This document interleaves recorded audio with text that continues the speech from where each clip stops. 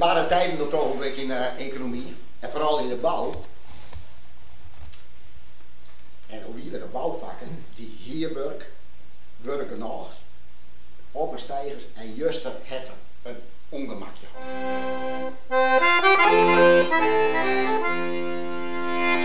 Dag baas, hier is een brief van Jan. Jan kinder kom en jood, de lonken ben niet brutsen af, wat viel ik mij beroerd.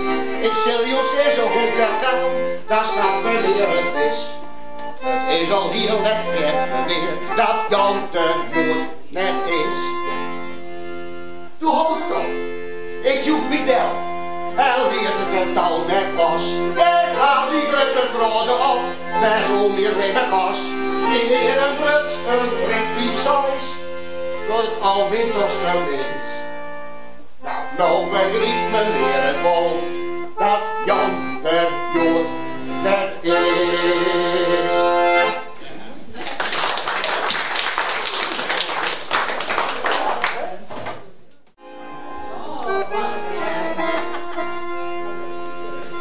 Het is vandaag een statiefeest, werd nog nooit zo fleur geweest. Omdat Minnekes in Poppet zilveren jubileum heeft. 25 jaar lang was hij orgeldraaiersman. En leven Minnekes, leven Minnekes, orgelman. Leven Minnekes, weer altijd er nog eens aan. Voor zijn feest had hij die cent, toen verkocht je het pirament. Arme Minnekes, pirament is naar de maan.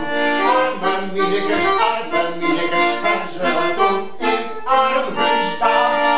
Leven Minnekes, leven Minnekes, orgelman. Leven Minnekes, weer altijd er nog eens aan.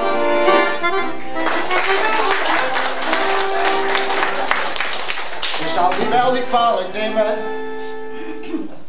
als ik gewoon van Geertje praat. Of schoon ze in het stadsregister met naam en naam beschreven staat. Als Geertje koopvrouw ik van alles, was heel de stad met hem vertrouwd.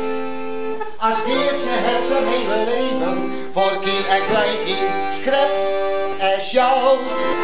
Zij was heel dag ouder, maar die Clivia's was dood. Ja, dat is het. Als van jonge meester hetten, troon de liefde